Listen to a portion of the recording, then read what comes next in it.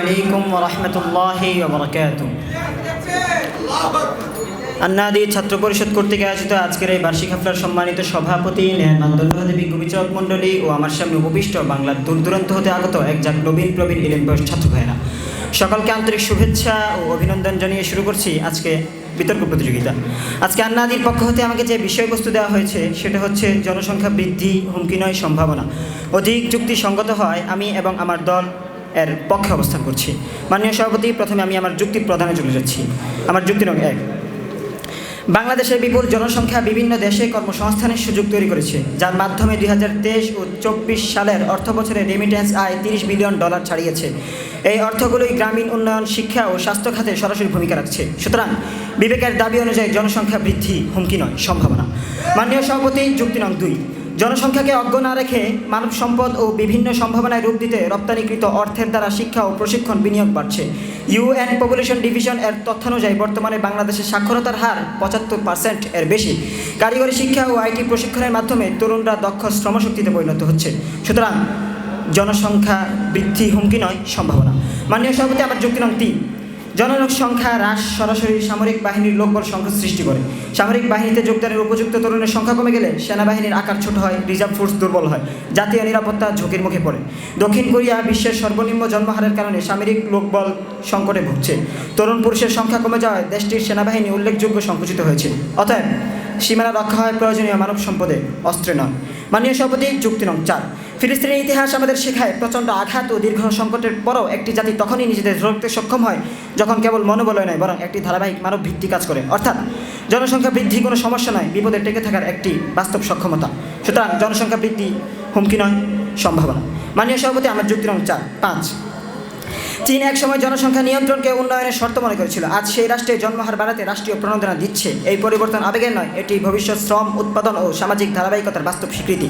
অতএব জনসংখ্যা বৃদ্ধি নিজেই হুমকি নয়, সমস্যা হয় তখন যখন মানব সম্পদ ও ধারাবাহিকতা হারাতে শুরু করে। মাননীয় সভাপতি, আমার যুক্তি নং ৬, মেসওয়াক করা নবীজির একটি গুরুত্বপূর্ণ সুন্নত। এখন যদি বর্তমান বুদ্ধিজীবী টাকমাথাওয়ালারা বলে যে এটা শুধু একটি গাছের ডাল মাত্র, তবে কি মুসলমানরা মেসওয়াক করা ছেড়ে দিবে? কখনোই না, কারণ তারা জানে এটা নবীর সুন্নত, আর নবীর সুন্নত মানে উপকারী। তদ্রুপ জনসংখ্যা বৃদ্ধি নবীর একটি অনস্বীকার্য সুন্নত। এখন কি আমরা বুদ্ধিজীবী টাকমাথাওয়ালাদের পচা গান্ধা অভিযোগ শুনে নবীর সুন্নত তরক করব? কখনো না। সুতরাং একজন সজাগ উম্মতের জন্য কর্তব্য হলো বর্তমান বুদ্ধিজীবী টাকমাথাওয়ালাদের কথায় কান না দিয়ে একজন নবীপ্রেমিক উম্মতের পরিচয় দেওয়া। মাননীয় সভাপতি, আমার যুক্তি নং ৬, পবিত্র কোরআনুল কারিমের সূরা হুদের ৬ নং আয়াতে আল্লাহ তাআলা ইরশাদ করেছেন, ওয়া মা মিন দাব্বাতিন ফিল আরদি ইল্লা আলাল্লাহি রিজকুহা। অর্থাৎ পৃথিবীতে চলমান প্রতিটি প্রাণীর রিজিকের দায়িত্ব আল্লাহ তাআলার জিম্মায়। সুতরাং আয়াত থেকে স্পষ্ট বোঝা যায় জনসংখ্যা বৃদ্ধির কারণে খাদ্যের কখনো সংকট হতে পারে না। সংকট তো মানুষের সংকুচিত মানসিকতা। রিজিক সীমিত নয়, সীমিত হলো মানুষের আস্থা ও বিশ্বাসের হীনমন্যতা। মানুষ পৃথিবীতে আসে নতুন রিজিক নিয়ে। সুতরাং জনসংখ্যা বৃদ্ধি রিজিককে সংকুচিতকারী স্লোগান তোলা স্পষ্ট দৃষ্টতা ছাড়া আর কিছুই নয়। মাননীয় সভাপতি, আমি আমার যুক্তি খণ্ডনে চলে যাচ্ছি। আমার এক ভাই বলেছেন যে ইমাম শাফি রাহিমাহুল্লাহ বিবাহের চেয়ে নফল ইবাদতকে গুরুত্ব দিয়েছেন। তাহলে নবী সাল্লাল্লাহু আলাইহি ওয়াসাল্লাম যে বলে গেছেন আন নিকাহ মিন সুন্নতি ফামান রাগিবা আন সুন্নতি ফালাইসা মিন্নি, এ কি বলবেন বলেন? মাননীয় সভাপতি, আমার আরেক ভাই বলে গেছেন যে এসব আর বেশি কি দ্বিতীয় বর্ষে পরে আর কি বলছেন। আসলে আমার যে ভাই এটা খণ্ডন করছেন, যুক্তি প্রদান করছেন, সেটা করেছেন উদাহরণস্বরূপ, দৃষ্টান্তস্বরূপ। মাননীয় সভাপতি, আমার এক ভাই বলে গেছেন যে আল্লাহ তাআলা কোরআনে বলেছেন দুর্বল সন্তান রেখে না যেতে। তো আল্লাহ তাআলা দুর্বল সন্তান রেখে না যেতে বলছেন, তার মানে এই না যে জনসংখ্যা হ্রাস করতে বলছেন, যে এটা দ্বারা তাদেরকে উদ্বুদ্ধ করছেন যে তোমরা জনসংখ্যা বৃদ্ধি করো, কিন্তু তাদেরকে উন্নত শিক্ষায় শিক্ষিত করো, দিনই শিক্ষায় শিক্ষিত করো। মাননীয় সভাপতি, আমার আরেক ভাই বলে গেছেন যে জনসংখ্যা বৃদ্ধির কারণে মহিলারা মৃত্যুবরণ করে। তার মানে কি নবী সাল্লাল্লাহু আলাইহি ওয়াসাল্লাম যে জনসংখ্যা বৃদ্ধির প্রতি আমাদেরকে উদ্বুদ্ধ করে গেছেন, তার কি নবী সাল্লাল্লাহু আলাইহি ওয়াসাল্লাম কি মহিলাদেরকে মৃত্যুর থেকে ধাবিত করার জন্য হাদিস করে গেছেন নাকি? মাননীয় সভাপতি, আমি আবার যুক্তিতে ফিরে যাচ্ছি। আমার যুক্তি নং ৮, তরুণ সংখ্যা কমে গেলে উদ্যোক্তা ও স্টার্ট আপ কমে যায়, গবেষণা ও উদ্ভাবনের গতি শ্লথ হয় এবং ব্যবসায়িক গতিশীলতা হ্রাস পায়। কারণ নতুন ধারণা, ঝুঁকি নেওয়ার মানসিকতা ও প্রযুক্তিগত উদ্ভাবন সাধারণত তরুণদের হাত ধরেই আসে। অনেক উন্নত দেশ এখন গবেষণা ও উচ্চ প্রযুক্তি খাতে মেধার ঘাটতি পূরণে বিদেশি শিক্ষার্থী অভিবাসীদের উপর নির্ভর করছে। যেখানে তরুণ নেই সেখানে উদ্ভাবনী ভবিষ্যতে নেই। সুতরাং জনসংখ্যা বৃদ্ধি হুমকি নয় সম্ভাবনা। মাননীয় সভাপতি, আমার এক ভাই বলে গেছেন যে জনসংখ্যা বৃদ্ধি হয় লাভ কি, ইহুদি হাতে মার খাচ্ছে। এটাও তো হতে পারে যে এটা আল্লাহ তাআলার পক্ষ থেকে পরীক্ষা। মাননীয় সভাপতি, আমার আরেক ভাই বলে গেছেন যে আল্লাহ দিয়ে খালাকাল মাউত আল হায়াত লিয়াবলুয়াকুম আইয়ুকুম মানে সভাপতি সময় সংক্ষিপ্ত থাকার কারণে আমি আমার যুক্তি প্রদান এবং খণ্ডন এখানে শেষ করছি। ওয়া আখিরু দাওয়ানা আলহামদুলিল্লাহি রাব্বিল আলামিন। জনসংখ্যা 9,000 যদি করি যোগ্য হাত, মানসিক সম্পদ সম্ভাবনার প্রতি জাতির অগ্রযাত্রার সুপ্রভাত। সম্মানিত উপস্থিতি, এই পর্যায়ে জনসংখ্যা বৃদ্ধি হুমকি নয় সম্ভাবনা উক্ত বিষয়বস্তুর পর যুক্তি প্রদান এবং যুক্তি খণ্ডনের জন্য বিপক্ষ দল থেকে ডেকে নিচ্ছি তৃতীয় বর্ষের বন্ধু মোহাম্মদ আসগরকে। মঞ্চে আসছেন তৃতীয় বর্ষের বন্ধু আসগর।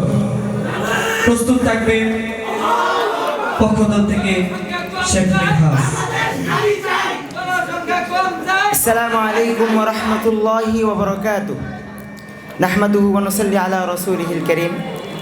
আন্নাদি ছাত্র পরিষদ কর্তৃক আয়োজিত আজকের বার্ষিক হাফলার সম্মানিত সভাপতি, বিদজ্ঞ পরিচালক, সুদক্ষ বিচারক মণ্ডলী এবং আমার সামনে উপবিষ্ট বাংলার দূর দূরান্ত থেকে আগত ছাত্র ভাইরা, সকলকে অন্তরের অন্তঃস্থল থেকে শুভেচ্ছা ও অভিনন্দন জানিয়ে আজকের বিতর্ক অনুষ্ঠান শুরু করছি। বিতর্কের বিষয়বস্তু দেওয়া হচ্ছে জনসংখ্যা বৃদ্ধি হুমকি নয় সম্ভাবনা। এই বিষয়ে অধিক যুক্তি থাকায় আমি এবং আমার দল এর বিপক্ষে অবস্থান করছি। মাননীয় সভাপতি, আমার যুক্তি নং 1, যমুনা টিভির জরিপ অনুযায়ী বাংলাদেশের 66.7% বিসিএস ক্যাডার বেকার। শিক্ষিত সমাজই যদি বেকার হয় মাননীয় সভাপতি, তাহলে জনসংখ্যা বৃদ্ধি, পতিতাবৃত্তি এবং ছাত্রবাদী সমাজই বয়ে আনবে, সম্ভাবনা নয়। এক স্পষ্ট হুমকিকে আমার বিপক্ষ ভাইদের ভাঙ্গা মাপকাঠিতে মেপে সম্ভাবনা বলা আমাদেরকে হতভম্ব করছে। মাননীয় সভাপতি, আমাদের যুক্তি নং 2, আমার যুক্তি নং 2, শুধু ঢাকা সিটির ক্যাফেগুলিতে অভিযান চালিয়ে জানা যায় 77.9% প্লাস সংক্রমিত ব্যক্তি হচ্ছে 10-এর কম বয়সী শিশু। মাসে প্রায় 12 কোটি থেকে 15 কোটি পর্যন্ত হচ্ছে গেম সহ বিভিন্ন খারাপি আয়ের হার। মাননীয় সভাপতি, কতটুকু নিম্ন পরিভাষা ব্যবহার করলে এটাকে সম্ভাবনা বলা হয়? অথচ আল্লাহ বলেছেন ওয়ালা তাকরাবু জিনা, তোমরা জিনার কাছেও যেও না। মাননীয় সভাপতি, আমার যুক্তি নং 3, বিবিসি নিউজ অনুযায়ী বিশ্ব বিশেষজ্ঞদের মতে ঢাকা শহর 40 লাখ মানুষ বহন করার ক্ষমতা রাখে, অথচ 2 কোটি শুধু ভোটার। বাড়তি কোটির হিসাবই করা হয়নি। আপনারা হয়তো ভাবছেন পাড়ার সকল ছেলে মোরা ভাই ভাই একসাথে খেলি আর পাঠশালে যাই। আসলে বিষয়টা এমন না। এর কারণে বেড়ে যাচ্ছে ক্যান্সার, নিউমোনিয়া, হার্ট অ্যাটাক সহ আরও বিভিন্ন ব্যাধি, যেটা আমাদের জন্য ক্ষতির কারণ। সেটা করতে হবে বর্জন। কেননা মদ প্রথমে জায়েজ ছিল, পরে মাত্রাতিরিক্ত মাতলামির কারণে তা নিষেধ করা হয়েছে। জনসংখ্যা আমাদের জন্য সম্ভাবনা ছিল, তবে অধিক হওয়ায় হুমকির কারণ হয়ে দাঁড়িয়েছে। এখন তা নিয়ন্ত্রণ করা আমাদের জন্য অপরিহার্য। মাননীয় সভাপতি, আমার যুক্তি নং 4, জনসংখ্যা আসলে কাকে বলে? সাধারণ কিছু শান্ত সৃষ্ট ব্যক্তি, সত্যবাদী ও খেটে খাওয়া মানুষকে। এখন আমার বিপক্ষ দলের ভাইয়েরা বলতে চাইছেন জনসংখ্যা মানেই সম্ভাবনা। আমি বলি, প্যাসিস্ট সরকার, হাসিনার চামচাগুলো এবং হুজুররূপী মজুরগুলো, যাদের কারণে সর্বস্তরের মানুষ প্রায় 17 বছর ভুগছিল নির্যাতনে, এটাও কি ছিল জনসংখ্যা বৃদ্ধি হওয়ার কারণে সম্ভাবনা? হায়ের কপাল মন্দ, আকল থাকিতে বুদ্ধ। অথচ কবি তার ভাষায় কত সুন্দর বলেছেন, সন্তান ঘরের মতো একটাই ঘর তুমি জীবনে, তেলাওয়াত করবে কাঁদবে বসে তোমার মরণে।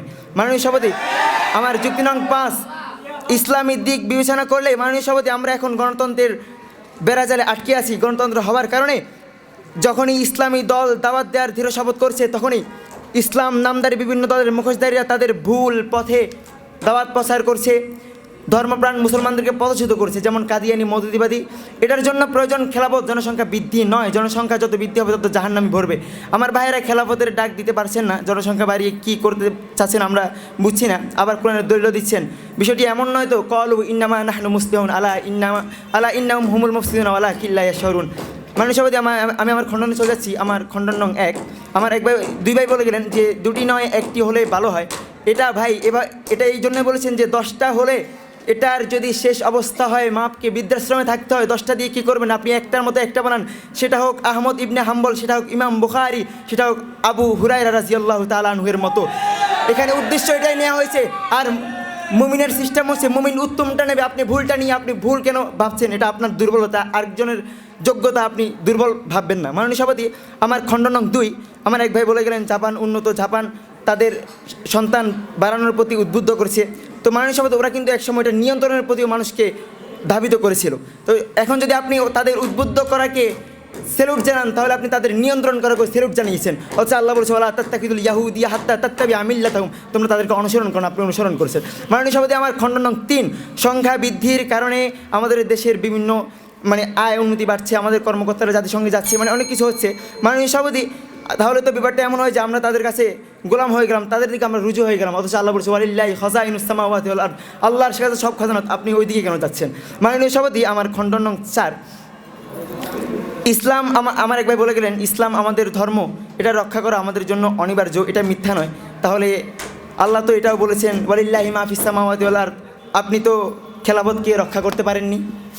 মাননীয় সভাপতি, আমার খণ্ড নং 5, আমার এক ভাই বলে গেলেন ইসলাম বাড়ছে, পশ্চাৎরা ইসলাম বেড়ে যাচ্ছে, পশ্চাৎরা কমছে। আর আর আমরা মানে ইসলাম বাড়ছে, পশ্চাৎরা কমছে, আর আমার বিপক্ষ দলের ভাইরা তাদের দেশে গিয়ে আমাদের উপকার করার প্রতি উদ্বুদ্ধ করছে, মানে তাদের সাহায্য করার প্রতি। মাননীয় সভাপতি, আমার খণ্ড নং 6, আমার এক ভাই বলে গেলেন বিভিন্ন নিউজ মাধ্যমে আমাদের দেশের যে উন্নতি 24-23 সালের এসব উন্নতি দেখা হয়েছে। মাননীয় সভাপতি, ওরা হয়তো জানে না ওই লোকেরাই আফগানকে সন্ত্রাসী বলে আখ্যায়িত করেছিল, ওই গণমাধ্যমেই আখ্যায়িত করেছিল, তার মানে একটা ভুয়া মিডিয়ার মাধ্যমে এই প্রচার করা হয়েছে। ওনারা ভুল পথে আছে, আমরা তাদেরকে সঠিক পথে আসার জন্য আহ্বান করছি। আমি আমার যুক্তি খণ্ড শেষ করি। আসসালামু আলাইকুম রহমতুল্লাহ।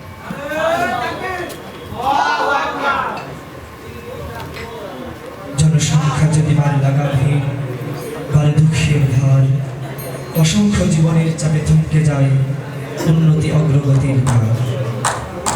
মাশাআল্লাহ, অত্যন্ত সুন্দর সুবলীলভাবে যুক্তি প্রদান এবং যুক্তি খণ্ডন করে গেলেন বিপক্ষ দলের বন্ধু মোহাম্মদ আসগর। সম্মানিত উপস্থিতি, এই পর্যায়ে নির্ধারিত বিষয়বস্তুর পর যুক্তি প্রদান এবং যুক্তি খণ্ডনের জন্য মঞ্চে ডেকে নিচ্ছি তৃতীয় বর্ষের বন্ধু মোহাম্মদ শেখ মিনহাজ। পক্ষদল থেকে মোহাম্মদ শেখ মিনহাজ, বিপক্ষ দল থেকে প্রস্তুত থাকবেন তৃতীয় বর্ষের বন্ধু আহসানুল।